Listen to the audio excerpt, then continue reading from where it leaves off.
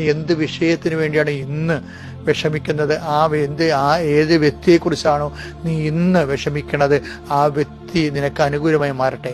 ദാവീദിന് എങ്ങനെയാണ് സാവൂൾ അനുകൂലമായി മാറിയത്, അതുപോലെ ദൈവം നിന്റെ സാഹചര്യത്തെ നിനക്ക് അനുകൂലമാക്കി മാറ്റട്ടെ.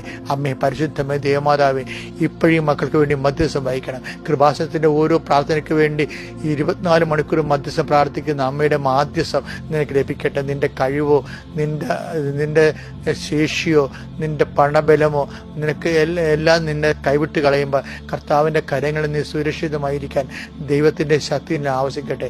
നീ ഏത് വിഷയത്തിന് വേണ്ടിയാണോ വിഷമിക്കുന്നത്, ജീവിതത്തിൻ്റെ ഏത് പ്രയാസകരമായ അവസ്ഥയാണോ നിന്നെ ചുഴഞ്ഞു നിൽക്കുന്നത്, ചിലപ്പോൾ കുടുംബപരമാകാം, ചിലപ്പോൾ സാമൂഹികമാകാം, കുടുംബത്തിൽ അങ്ങോട്ടും ഇങ്ങോട്ടുള്ള കശപിശകളാകാം, വഴക്കുകളാകാം, അങ്ങോട്ട് ഒരാളെ കണ്ടുകൂടാത്തൊരവസ്ഥയാകാം, ആ എല്ലാ മേഖലകളിലേക്കും കർത്താവേ നിന്റെ കരുണയാ സ്നേഹത്തിൻ്റെ കിരണങ്ങൾ അങ്ങ് അരിച്ചിറങ്ങണമെന്ന് പ്രാർത്ഥിക്കുന്നു.